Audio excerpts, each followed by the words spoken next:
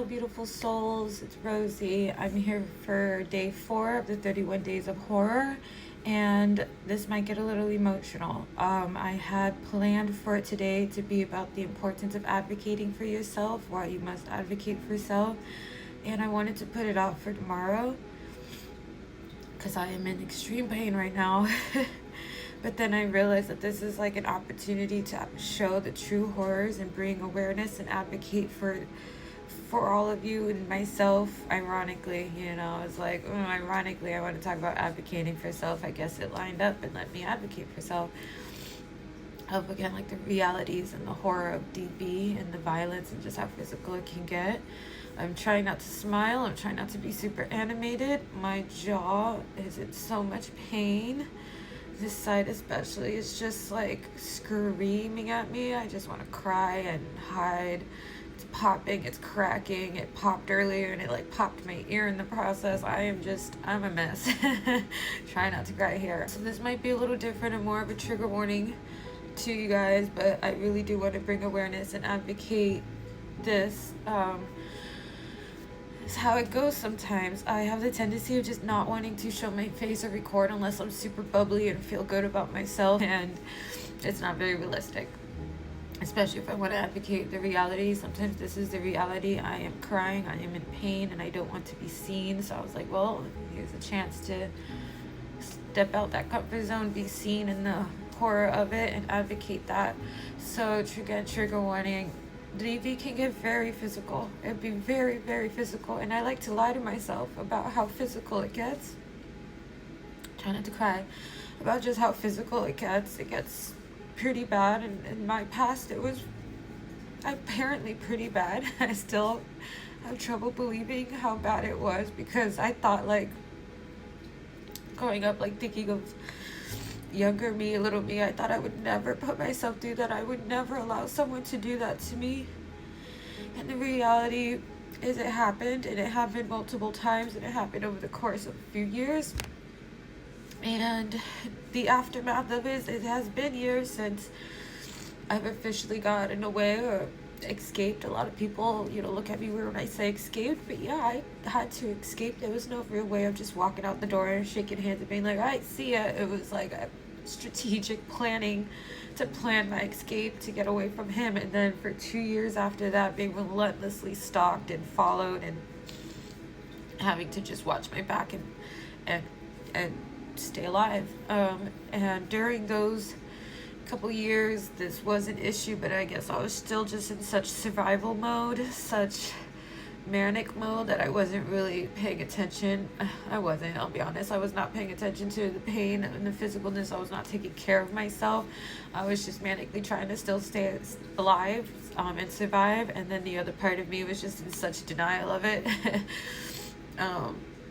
And disassociating through all of it. And the part of the journey that I find myself on is sitting down in it and healing through it, and that's where a lot of the realities hit of just how bad it really was. So advocating for self is very important, and I want to advocate for self and for those as well out there that understand what I'm talking about, because it is a common issue, and I've met so many people who are in such physical situations, and I know that you guys are feeling the pain. I've met women who's been away for 10, 15, 20 years and has told me that physical pain can still follow them as their body heals and recovers. And the body is the body. The body keeps the score. And sometimes the damage is permanent, and I hope this is not permanent, but I have no idea where to even begin with this. But my face has gotten a lot of, trigger warning, a lot of physical hits. I've been literally grabbed and yanked around by my jaw. I've been sucker punched repeatedly. I've been had my face slammed into the walls, just slammed into the ground. And again, during it all, I'm just in survival mode. I don't really sit with the pain. Disassociated a lot of it when I was escaping, disassociated a lot of it, and now I'm sitting in it like, ow, ow, and right at the like the joints of my jaw, I guess, has just been popping, and it's been popping for years, and I guess like the wear and tear of the cracking and popping is just really taking a toll on me. So today's one of those days where I just wanted to hide under a blanket and take some melatonin and just sleep all day and not be seen. But I wanted to be vulnerable as well, and advocate and take this time to share the true horror of DV, is that it can really get bad, and even in the years after you escape, the waves of it can still crash down. But just as hard as they can crash down, I know that they can, you know, recede and better days come. I'm hoping that tomorrow is just a beautiful day when maybe I hear good news of blessings, because this girl needs it. But right now, yeah, I didn't want to hide. I don't want to hide anymore. I don't want to hide the realities and just record only on good days. I want to share and show the truth of it. If you guys are in situations like similar to mine, any type of abusive situation, I don't care if it's similar or not, you're in an abusive situation, I highly encourage you to get out. And if you have gotten out, I highly encourage you, don't ever go back. You deserve so much better. And take care of yourself. I have so many regrets of how I did not take care of myself. I just disassociated a lot of it.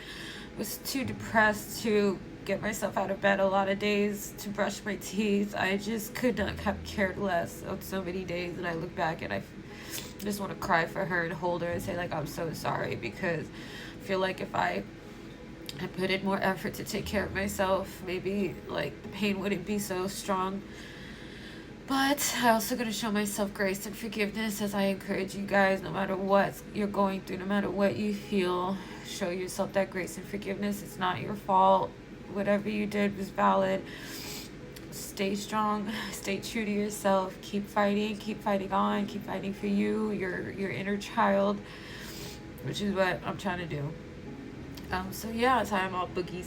I wasn't planning the drip so much. And it's unfortunately some realities of the horror of DV is, before you even know it, it gets that physical, and before you know it, time flies and you're still in that situation, and then you get out and then time flies and you're constantly reminded of how physical it was as your body is sitting in the pain and recuperating.